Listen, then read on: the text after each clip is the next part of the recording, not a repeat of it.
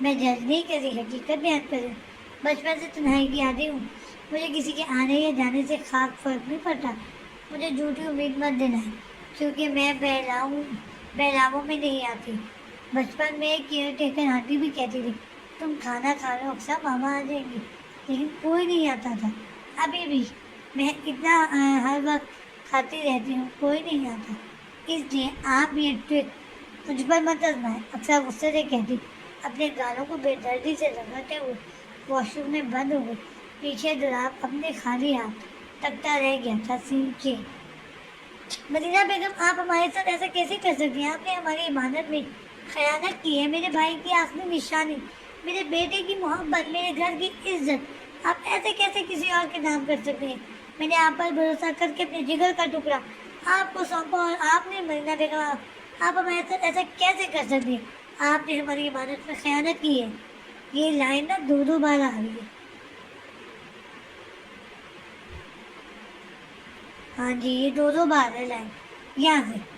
ارمان صاحب تقریباً فون میں ڈھارے، جس پر مدینہ بیگم نے اپنے پہلو میں لیٹے اکمل صاحب کو دیکھا جو انہیں کی طرف متوجہ تھے۔ نہیں ارمان صاحب، ایسا کچھ نہیں ہے، میں نے بتایا نا کہ آپ کو کس سب ایک غلط فہمی میں ہو گیا تھا۔ آپ فکر نہ کریں، 1 مہینے میں سب ٹھیک ہو جائے گا، آپ لوگوں کے آنے تک انشاءاللہ سب پہلے جیسا ہو جائے گا، آپ بے فکر ہیں۔ فون سے آئی مدینہ بیگم کی آواز پہ ارمان صاحب نے ایک نظر ہمتن گوش بیوی سلیمہ کو دیکھا اور دوسری نظر اپنی بے پرواہ اولاد پر ڈالی۔ ایسا ہی ہو تو ٹھیک ہے، کیونکہ میں اپنے بھائی کی اکلوتی نشانی سے کسی قیمت پر دستبردار نہیں ہو سکتا۔ ارمان صاحب نے بولنے کے ساتھ کھٹاک سے فون بند کیا تھا، جس پر مدینہ بیگم سر تھام گئی، جبکہ اکمل صاحب پرسکون تھے، کیونکہ انہوں نے سندل اور معراج کی آنکھیں بہت قریب سے دیکھی تھی۔ سلیمہ پیکنگ کرو، میں ٹکٹ کرانے لگا ہوں، ہم کل ہی یہاں سے نکل رہے ہیں۔ ارمان صاحب ایک نظر اپنے فون میں مگن بیٹھے بیٹے پر ڈال کر بولے، آپ لوگ کہیں جا رہے ہیں ڈیڈ؟ ساحل نے فون سے نظر ہٹاتے ہوئے پوچھا۔ ہاں، ہم لوگ جا رہے ہیں سندل کو واپس لانے، سلیمہ بیگم کھڑی ہوتی ہوئی بولی۔ اور اس پینڈو کو واپس لا کر کیا کرنا ہے آپ لوگوں نے؟ تمہاری اور سندل کی شادی، ارمان صاحب اطمینان سے بولے، جس پر ساحل بدھک کے اپنی جگہ کھڑا ہوا۔ What dad, are you mad? وہ پینڈو لڑکی مجھے ایسے ہی زہر لگتی تھی، اور اب تو وہ آلریڈی میرڈ ہے۔ پھر آپ نے سوچ بھی کیسے لیا کہ میں ڈاکٹر ساحل ارمان اس جٹ پینڈو سے 70s کے انٹیک پیس سے شادی کر لوں گا؟ سوری ڈیڈ، مجھے کل اس میں کوئی انٹرسٹ نہیں تھا، اور نہ ہی آج ہونے والا ہے۔ In short she is not my type. مجھے اپنی طرح کانفیڈنٹ لڑکیاں پسند ہیں۔ سو اسٹاپ دس نان سینس۔ اسے ڈیڈ پینڈو تم نے ہی بنایا ہے، کبھی اسٹور میں بند کر کے، کبھی بالکنی میں بند کر کے، کبھی پارٹی میں لے جا کر گاڑی میں لاک کر کے، کبھی اس کے بیڈ پر آرٹیفیشیل انسیکٹ ڈال کر، تو کبھی اس کی انسلٹ کر کے۔ ارمان صاحب ڈھاڑے، وہ اپنے بیٹے کی حرکتوں سے انجان نہیں تھے، بس کچھ کہتے نہیں تھے، ورنہ ساحل شادی سے انکار کر دیتا۔ اور تم جن کو کانفیڈنٹ کے نام پر بولڈ لڑکیوں کی بات کر رہے ہو نا، وہ ساری الٹرا ماڈرن لڑکیاں نہ سندل جیسی خوبصورت ہے، نہ اس طرح کی معصوم، اور نہ ہی کروڑوں کی جائیداد کی مالک، وہ بھی اس جائیداد کی جس میں آدھا حصہ تمہارا ہے۔ اس لیے بحث کرنے کے بجائے پیکنگ کرو۔ سلیمہ بیگم اسے چھوڑ کر چلی گئی تھی۔ ویسے بھی انہیں سندل ہمیشہ سے پسند تھی، بس ساحل انکار نہ کر دے، اس ڈر سے وہ کچھ بولتی نہیں تھی اپنی اولاد کو، ورنہ اس لڑکی کو ہمیشہ ڈرا سہما دیکھ انہیں ذرا اچھا نہیں لگتا تھا۔ سین چینج۔ ریان اقصیٰ، اٹھ جاؤ، صبح ہو گئی ہے۔ اور آنکھیں ملتے ہوئے بیڈ سائڈ پہ ہاتھ مار کر فون اٹھانے کی کوشش کرتے ہوئے بولا۔ رات اقصیٰ کے بارے میں سوچتے سوچتے مشکل سے فجر کے قریب اسے نیند آئی تھی، اور اٹھنا سوچنے کے بعد بھی کوئی سرا ہاتھ نہیں آیا تھا۔ مطلب اقصیٰ کو کمی ہی کس چیز کی تھی؟ ماں باپ کی اکلوتی اولاد تھی، دولت شہرت نوکر چاکر ہر چیز کی رینج میں تھی۔ پھر اس کے اس عجیب و غریب باتوں اور برتاؤ کا کیا جواز ہو سکتا ہے؟ واٹ، میں اتنا کیسے سو گیا؟ اسکرین پر 10:30 کا ٹائم دیکھ کر وہ ہڑبڑا کے اٹھا، پھر بنا ایک پل کی دیر کے واش روم میں بند ہوا۔ یہ شور کیسا؟ دولاب ٹاول اسٹینڈ پر پھیلا کر باہر سے آ رہی شور کی آواز پر حیران ہوتا باہر نکلا تھا، اور کچن کا منظر دیکھ کر منظر تو قابل دید تھا۔ ڈی گریڈ اقصیٰ اکمل ہاتھ میں جھاڑو پکڑے ٹیبل پر چڑھی ہوئی تھی اور اس کے دونوں چیلیں ہاتھ میں وائپر اور بیٹ پکڑے نیچے کچھ ڈھونڈ رہے تھے. یاہو گڈ گرل، یہ دیکھیں مار دیا میں نے آپ کے دشمن کو. جہاں جھاڑو کے نیچے سے کاکروچ برآمد کرتے ہوئے دانت تک نظر ٹیبل پر چکندہ کھڑی اقصیٰ کو دیکھا. شاباش میرے شیر جوانوں، مجھے آپ لوگوں سے اسی بہادری کی امید تھی لیکن مجھے آپ سے اس گزری کی امید کرتا ہی نہیں تھی. بڑے بڑے کی بولتی کر دینے والی اقصیٰ اکمل ایک چھوٹے سے کاکروچ سے ڈرتی ہے.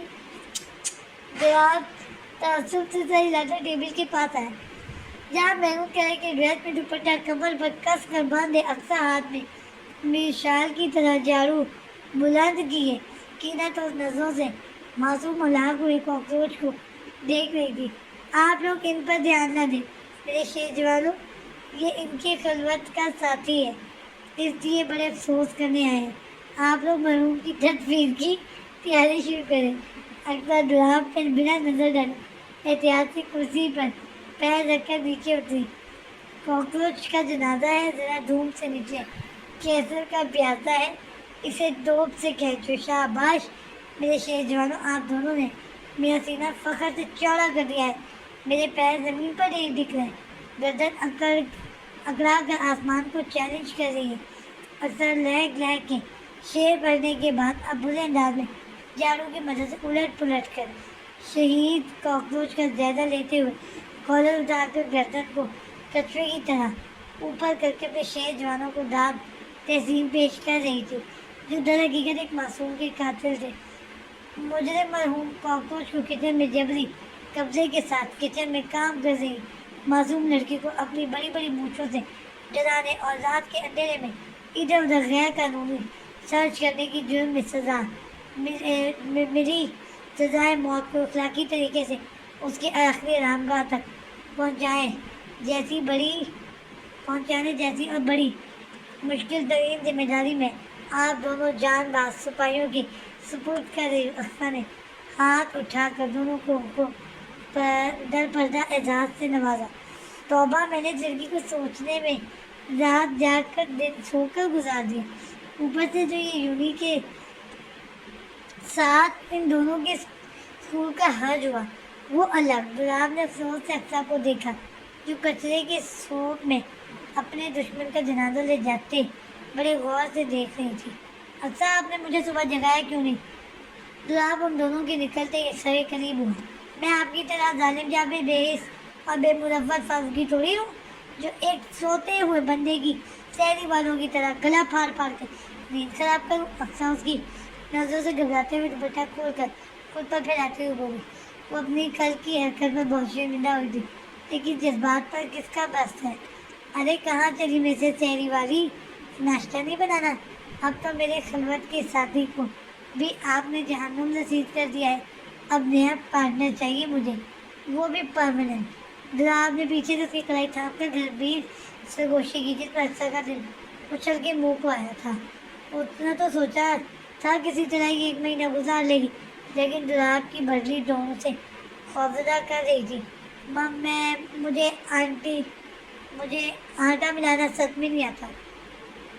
آپ بریک فاسٹ بنا لیں، میں لنچ بنا دوں گی. اقصیٰ اس کی اپنی کڑھائی مروڑتے ہوئے بولی. کوئی پریشانی نہیں ہے، میں سکھا دیتا ہوں. اور رہی بات لنچ کی تو بھی ساتھ بنا لیں گے. آخر آج یونی بھی تو آج ہی آپ کی وجہ سے مس ہوا ہے. گلاب اس کی کڑھائی آزاد کے بغیر سلیب کی طرف بڑھا. اس لڑکی کو سمجھنا تھا تو ایک یہی طریقہ تھا، زیادہ وقت اس کے ساتھ گزارے. دراز قامت، گلاب چہرہ، خمار آنکھیں اجال رکھنا، تیری اداؤں پر مر نہ جائے، خدا کی بندی خیال رکھنا. گلاب آٹا باؤل میں نکالتے ہوئے اس کی گھومتی نظروں سے جان کر شیاطی انداز میں شعر پڑھا. محبت کی کیمسٹری میں جب فزکس آ جاتی ہے نہ عشق کا میتھس بھی خراب ہو جاتا ہے. خیال رکھیے پروفیسر صاحب، غلط جگہ پھیل رہے ہیں آپ. مجھے کبھی کسی ساتھی کی ضرورت محسوس نہیں ہوئی. اقصیٰ کا انداز جتاتا تھا لیکن مجھے تو ڈی گریڈ اقصیٰ کی بسوی جان کر ایک مسٹری سلجھانے میں بہت انٹرسٹ ہے، بھلے ہی اس کے لیے میرا میتھس خراب ہو جائے۔ جناب نے اطمینان سے بولتے ہوئے اس کے نازک ہاتھ پکڑ کر باؤل میں ڈالا تھا، پھر بنا اس کی مزاحمت کا نوٹس دیا اس کی پشت پر کھڑے ہو کر آٹا ملانے لگا۔ آپ یہ ٹھیک نہیں کر رہے جعلی پروفیسر، اکثر اس کے ہاتھ چھوٹے ہی پیچھے ہو کر اپنی اتھر بتھر ہوتی دھڑکنوں پر قابو پاتے ہوئے بولی، کبھی کبھی جو کام مہینوں میں نہیں ہوتے وہ چند منٹوں میں ہو جاتے ہیں، لائک آپ کا پریپیئر کیا یہ آٹا سالوں میں آپ سے نہیں ہوا، چند منٹ میں نے سکھا دیا، اس لیے جو نہیں آتا وہ سیکھنے میں اور جو سہا نہیں جاتا اسے شیئر کرنے میں کوئی قباحت نہیں ہوتی۔ جناب اپنی انگلی پر لگا آٹا اکثر کی گھال پر لگاتے ہوئے مسکرا کر بولا، باہر میں جائیں آپ مسٹر فلاسفر فاروقی، بندہ تو پیچھے ہی پڑ گیا، ایک پل کی پھینک دیا، اتنا خواہ کرے گی اندازہ نہیں تھا۔ اکثر گال صاف کرتی دب دب کرتی وہاں سے نکل گئی تھی، ساتھ چلیں گے مسز فلاسفر فاروقی، کیا پتہ وہیں مجھے پتہ چل جائے ایک بندہ زندگی کیسے جی سکتا ہے، وہ بھی ایک دوسرے سے بالکل مختلف۔ تو آپ واپس سلیب کی طرف گھومتے ہوئے بڑبڑائیں، سین چینج۔ تاشی آپ ہی یقین کریں میں نے آپ کو بہت مس کیا، آپ کے بغیر تو میں بالکل اکیلی ہی ہو گئی تھی، ماں صاحب تسبیحات میں لگ جاتی تھی، باقی ملازمیں اپنا کام ختم کر کے چلی جاتی تھی، پھر یہ حویلی تو لگتا تھا میرے سر پر بیٹھی ہے۔ سندر تائشہ کو اپنے اندر بیچتے ہوئے بولی، جسے ابھی کچھ دیر پہلے میں ہاتھ جا کر لایا تھا، کیوں آپ کے جاگیردار صاحب کہاں ہوتے جو ان کی جاگیرداری اکیلی حویلی میں بور ہوتی تھی؟ تائشہ چولہے میں پانی چڑھاتے ہوئے شرارت سے بولی، آپ ہی میں ان سے کیا بات کروں گی؟ سندر کا چہرہ پل میں گلال ہوا۔ واہ بھابھی جی، آپ بھائی جی کے نام پر بلش کر رہی ہیں؟ تائشہ نے دلچسپی سے اس کے سر گال چھوتے ہوئے پوچھا، جس پر سندر نروس ہو کر ہاتھ مروڑنے لگی۔ اب وہ جان کر تو لال نہیں ہوئی تھی، نہیں آپ ہی میں بلش نہیں کر رہی، لال ہو گئی، میرا مطلب ہے یہاں گرمی ہے نا اس لیے۔ سندر اپنے گالوں پر دونوں ہاتھ ٹکاتے ہوئے ادھر ادھر دیکھ کر بولی، لیکن ہائے افسوس، دروازے سے افتاد وہ سرفراز اس کے منہ پر اپنا بھاری ہتھیلی جمائے جاگیردار صاحب کو نہیں دیکھ پائی۔ ڈونٹ ٹیل می بھابھی جی، آپ بھائی جی سے ابھی بھی ڈرتی ہیں؟ تائشہ مراج پر ایک نظر ڈال کر بولی، اس کی نظر اپنی ڈری سہمی بیگم پر ٹکی تھی۔ ہاں مجھے ڈر لگتا ہے ان سے، کیسے نہیں لگے گا؟ اب کون سا میں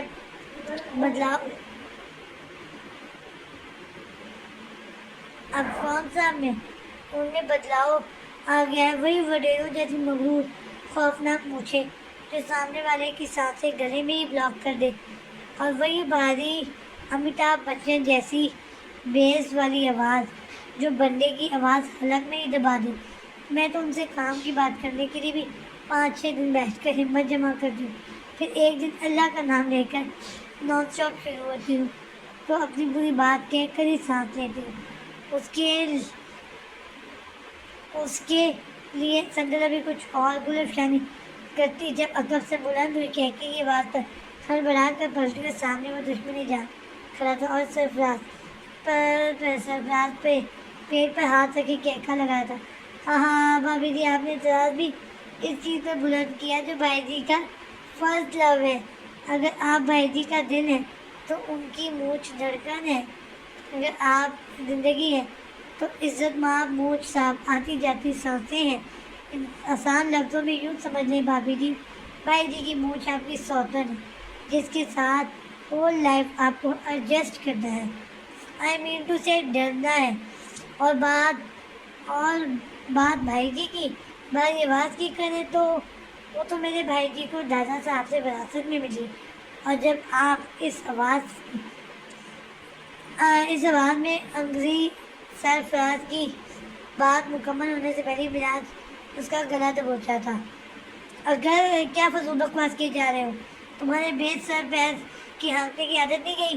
مراج دھیمی آواز میں بلایا، بر وقت اس نے ہاتھ نہ رکھا ہوتا تو سرفراز نے سب بک دینا تھا۔ بھابھی جی، what are you doing یار؟ I am your one and only brother-in-law. Come on and save me from your beast چھبی۔ سرفراز نے مسکین شکل بناتے ہوئے دعائیں دی، انگریزی میں کیا کھڑبڑ کر رہے ہو؟ اردو بولنے میں بہت پڑ رہی ہے تمہیں. میراج اسے گھور کر بولا. چھوڑ دینا ورنہ میں بھابھی جی کو بتانے لگا ہوں کہ آپ کچھ بھی بکواس کی نا تو سوچ 206 ہڈیوں کو ڈیرے پر جانے کے بعد 412 میں تبدیل کر دوں گا. میراج نے دھیمی آواز میں دھمکی دی، لیکن سرفراز کے ادا کیے چند انگلش کے لفظ اور میراج کے چہرے پر گہرے نافہم تاثرات سندر کو بہت برے لگے تھے.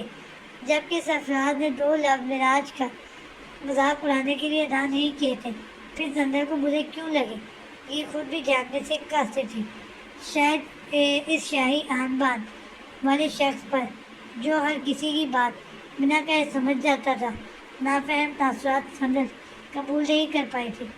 خیر گور بھابھی جی آپ کی موجودگی نے بچا لیا، ورنہ آپ کا اکلوتا منہ دکھائی میں ملا دیور تو کنوارا ہی مر جاتا. سرفراز چھوٹے سندر کے سائڈ پر آ گیا تھا. واہ بھائی فراز، آج کل شادی وادی میں بہت انٹرسٹ لینے لگے ہو، لگتا ہے بچہ بڑا ہو گیا. سندر بڑی بھابھی کوئی لنگڑی لولی ہی صحیح دیورانی ہی ڈھونڈ لو. عائشہ نے لنگڑی لولی پر خاصا زور دیا. کیوں میں کوئی آنکھ کان سے معذور ہوں جو اتنی خوبصورت نشانیاں ڈھونڈے. بھابھی آپ دیورانی میں. سرفراز تو بلبلا اٹھا. کتنے سپنے تھے اس کے اپنی بیگم کو لے کر. عائشہ نے تو سب پر پانی پھیر کر ایک نہائی نقشہ کھینچ دیا تھا. کہیں میں نے لکھا پڑھا تھا لڑکی دیکھنے سے پہلے اپنے لڑکے کا 2-3 مرتبہ تفصیلی جائزہ لے لیں، اس لیے بول رہے ہو.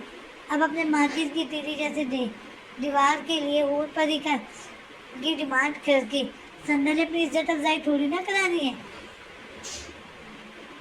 عائشہ بازی آئی تھی. سرفراز نے مددگار نظروں سے سندر کو دیکھا. بھابھی آپ کے منہ دکھائی میں ملے دیور کی درگت دیکھے. سرفراز نے رونی شکل بنائی. منہ دکھائی سے یاد آیا بھابھی جی آپ کو منہ دکھائی میں بھائی جی نے کیا دیا تھا؟ اب یہ نہ کہیے گا کہ زمین کے کاغذات، کیونکہ بھائی جی نے میرے ماسٹرز فائنل ایئر پر وہی دیا تھا. عائشہ کی بات سندر نے ناسمجھی سے میراج کو دیکھا جو سر کھجا رہا تھا. ہماری شادی کوئی عام شادی تھی جو یہ سب کرتے؟ میراج سندر کی نظروں میں سوال دیکھ کر نبی میں سہلا. دل ذرا آ کر میری بات سنو. میراج سندر کی رونی شکل دیکھ کر فون ان لاک کرتا باہر نکل گیا، جس میں سندر بھی سوکھا سانس لیتی وہاں سے غائب ہوئی. بھابھی دکھاتی تو جائیں بھائی جی کی پسند. پیچھے سے آئی سرفراز اور عائشہ کی آواز کو اگنور کرتی. سندر میراج کے پیچھے ہوں. آپ یہ چین پہن لیں، مجھے دادا صاحب نے دی تھی، لیکن مرد کا اتنا سونا پہننا جائز نہیں، اس لیے میں اسے الماری میں ہی رکھتا ہوں. سندر کے کمرے میں داخل ہوتے ہی میراج نے اچھی خاصی موٹی سونے کی چین اس کی طرف بڑھائی تھی. پہن لے تاشی، آپ اتنی جلدی کسی کی بات کی جان نہیں چھوڑتی. لا میں کھول دوں. میراج نے لاک کھولنے کے لیے چین پکڑا ہی تھا کہ اس کا فون بج اٹھا. او پھر انگریز کے بچے کا فون آ گیا. آپ روکے، میں سرفراز کو دے آتا ہوں. میراج چین سندر کے ہاتھ میں دے کر مڑنے لگا تھا جب سندر اس کا بازو تھام کر آ گئی. زبان کا کوئی ملک یا مذہب نہیں ہوتا، زبان اسی کی ہوتی ہے جو اسے بولتا ہے. زبان کو ہم نے ملک اور مذہب میں بانٹ دیا ہے. اردو ہوگی تو مسلمان ہوگی، ہندی ہوگی تو ہندو ہوگا، انگلش ہوگی تو انگریز کی ہوگی. خیر ادھر جائیں، فون میں بات کرتے ہیں. سندر بنا میراج کے کھلے منہ کا نوٹس لیے فون لے کر سائڈ پر ہوئے. کل بابا صاحب کو آفس بلایا ہے انہوں نے، اور آپ جب گھر میں ہوں گے آپ کے کال میں اٹینڈ کر دیا کروں، اور بہت جلد آپ خود اپنی کال اٹینڈ کرنے لگیں گے. اب یہ لاک کھول دیں پلیز. میرا سندر نے چین اس کی طرف بڑھائی. ابھی آپ کو مجھ سے ڈر نہیں لگ رہا؟ میراج نے چین کھول کر اس کے گلے میں ڈالتے ہوئے پوچھا.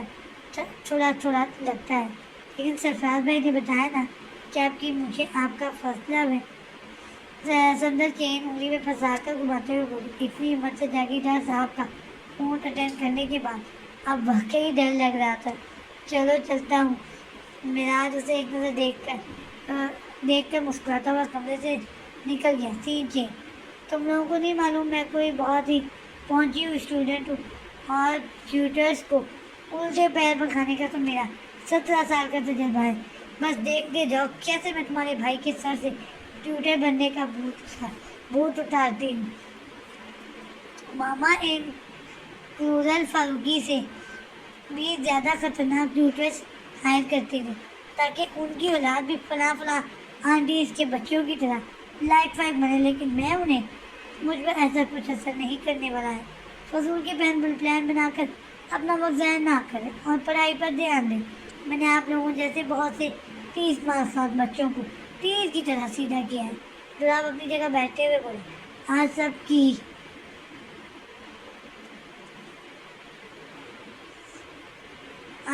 ایبسنس کی وجہ سے گھر میں وہ پڑھا کر نکال رہا تھا، جس پر تینوں کے منہ غبارے کی طرح پھولے ہوئے تھے۔ آپ کو میں بچی لگتی ہوں؟ اقصیٰ نے گھور کر پوچھا۔ آپ مجھے اس وقت صرف بچی نہیں، وہ بچی لگ رہی ہیں جو پورے شدان بچوں کی لیڈر ہوتی ہے۔ جناب اطمینان سے بولا، دیکھیں، مجھ سے بحث میں پڑھنے کے بجائے میرا دیا ٹاسک پورا کریں تینوں، ورنہ دی کا پھپھو والا آئی پیڈ، عزت مآب آفتاب فاروقی کا سیل فون اور ان دونوں کی لیڈر دی گریٹ اقصیٰ اکمل صاحبہ کا لیپ ٹاپ چارجر بھول جائیں۔ جناب فائل کھولتا اطمینان سے بولا، جس پر تینوں کے منہ لٹکے تھے۔ نہ جانے کب ان لوگوں کی کمزوری اس جلاد کے ہاتھ لگ گئی تھی، ورنہ وہ صبح سے جناب کے ہاتھ نہیں آئے تھے۔ دیکھیں جلاد فاروقی، اصولاً تو غلطی آپ کی ہے۔ آپ صبح لیٹ لطیف فاروقی بنے ہوئے تھے، ہم معصوم تو صبح جاگ گئے تھے۔ اقصیٰ کی بات پر باقی دونوں معصوم نے بھی سر ہلایا۔ اب اگر معصوم آپ لوگ جیسے ہونے لگے تو کیا ہی بات ہے، خیر وہی حساب ہوا، مرغا بانگ نہیں دے گا تو صبح نہیں ہوگی، میں نہیں جاگوں گا تو آپ لوگ ریڈی ہونے کے بجائے کاکروچ کے شکار پر نکل جائیں گے۔ اور ہاں، اس کا مطلب مسٹر فاروقی آپ خود کو مرغا کہہ رہے ہیں؟ اکثر نے کہہ لگا، خیر یہ تو وہی حساب ہوا، یہ دوبارہ سے وہی لائن آ گئی، کہہ لگایا، استغفر اللہ، بات نہ آنا، چلیں چپ چاپ یہ پرابلمس مجھے سالو کر کے دکھائیں اور اپنی چیز لے جائیں۔ جناب کان کو ہاتھ لگاتے ہوئے اسے گھور کر بولا، دیکھیں مسٹر بلیک میلر فاروقی، آپ یہ ٹھیک نہیں کر رہے، مجھے نہیں پڑھنا تو نہیں پڑھنا، کوئی زبردستی ہے کیا؟ اقصیٰ جھلائی، جی بالکل زبردستی ہے، کہا تھا نا کہ میں اسٹڈی کے معاملے میں بالکل رائے نہیں دیتا۔ جناب چڑھانے والی مسکراہٹ کے ساتھ بولا، دیگر اقصیٰ سے پنگا نو چنگا مسٹر شیخی فاروقی، اقصیٰ نے جیسے خبردار کرنا چاہا، اب تو بیچ لڑائی ہے، انجام کا کون سوچے، ابھی تو آپ اپنے بارے میں سوچیں۔ جناب پر دھمکی کا اثر نہ ہوا، بڑے پر پرزے نکل آئے مسٹر بیسٹ فاروقی کے۔ اقصیٰ نے جناب کو گھورتے ہوئے پیچھے پلٹ کر دیکھا، جہاں اس کی جان بھر سپاہی ابھی بھی اسے امید بھری نظروں سے دیکھ رہے تھے۔ آصف، اقصیٰ نے کچھ سوچ کر پینسل سے بک پر اسٹینڈنگ لائن ڈالتے ہوئے بچپن تازہ کر رہے آصف کو مخاطب کیا۔ ہاں، جواب پر پل میں موصول ہوا تھا، سنا ہے دنیا کا ہر شریف بندہ اپنی بیوی سے لازمی ڈرتا ہے، اور پروفیسر صاحب مجھ سے ڈرنا تو کیا، الٹا مجھے ڈرانے کی جسد میں لگے ہوتے ہیں۔ اس کا مطلب تو یہ ہوا نا کہ تمہارے بھائی شریفوں کی فہرست میں نہیں آتے۔ اقصیٰ پرسوچ انداز میں بولی،